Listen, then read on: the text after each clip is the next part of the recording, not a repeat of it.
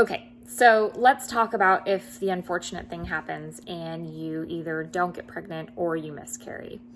First, I'm going to talk about what it's like for the person and some tips for you. And then I want to do a separate session on people who are supporting loved ones going through this. So for me, when I miscarried, it was actually the morning of one of my really good friends' weddings. And I had no idea how I was going to respond. The night before, I felt super nauseous. I could feel like something was coming. I basically anticipated it was going to come that next morning, and sure enough, it did. But honestly, having something like an event with such happiness and joy and love was one of the best distractions, I think, for me for that day. And normally, I am the type of person that would tell you, I have a puppy that just jumped up on a couch. Don't let the distractions get in the way of you processing those emotions, because you really do need to move through it in your own time, in your own way.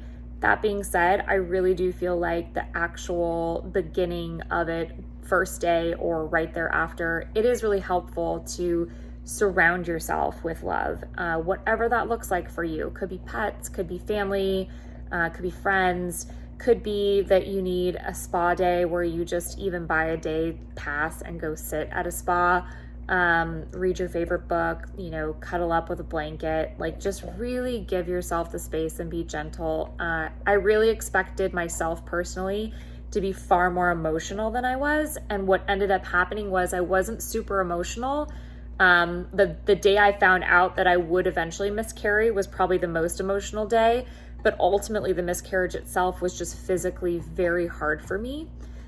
Super painful, a lot of really hard symptoms, and even taking iron ultimately ended up being anemic and had to move through those symptoms, which are not fun. You're just super, super exhausted. I was taking naps every day for like 2 hours, and it was just very unlike me normally. So again, biggest tips are, if you need a distraction, that's fine. Just make sure you don't use it the entire time, because you really do need to let yourself process the emotions. Make sure you surround yourself with whatever makes you feel happy, comfortable. Don't worry about diet. Eat what you want. Have the carton of ice cream. Whatever will make you feel more comfortable is what you need to do.